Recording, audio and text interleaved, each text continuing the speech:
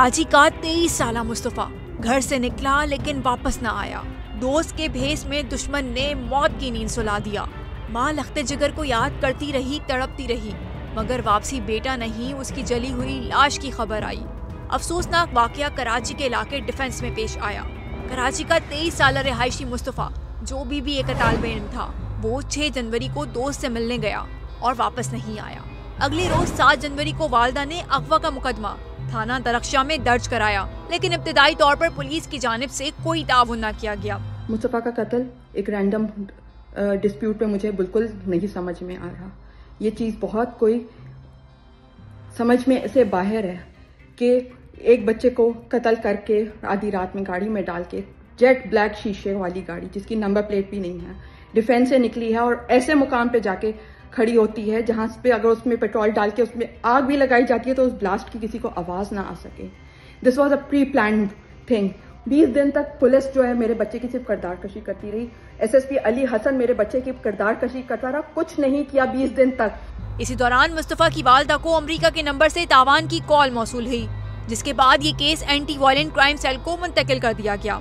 Police और CPLC की मुश्तरका तफ्तीश के दौरान मुस्तफ़ा की आखिरी लोकेशन डिफेंस फेज 5 मिली, जिसके बाद 8 फरवरी को ABCC पुलिस और CPLC ने डिफेंस खयाबान मोमिन स्ट्रीट 7 में सर्च वारंट के साथ छापा मारा।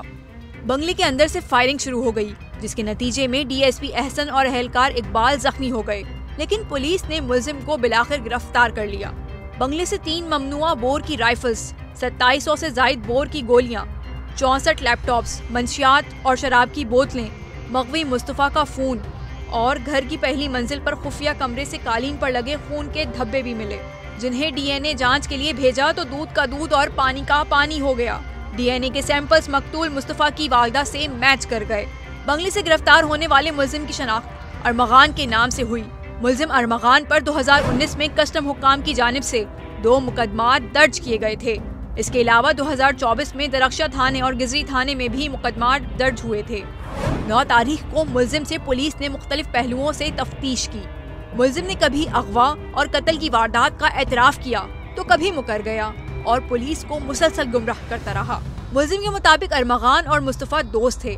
दोनों के दरमियान न्यू ईयर नाइट को झगड़ा हुआ और अरमगान ने मुबैना तौर पर मुस्तफ़ा और उसकी दोस्त को जान से मारने की धमकी दी, जिसके बाद वाकया पेश आया।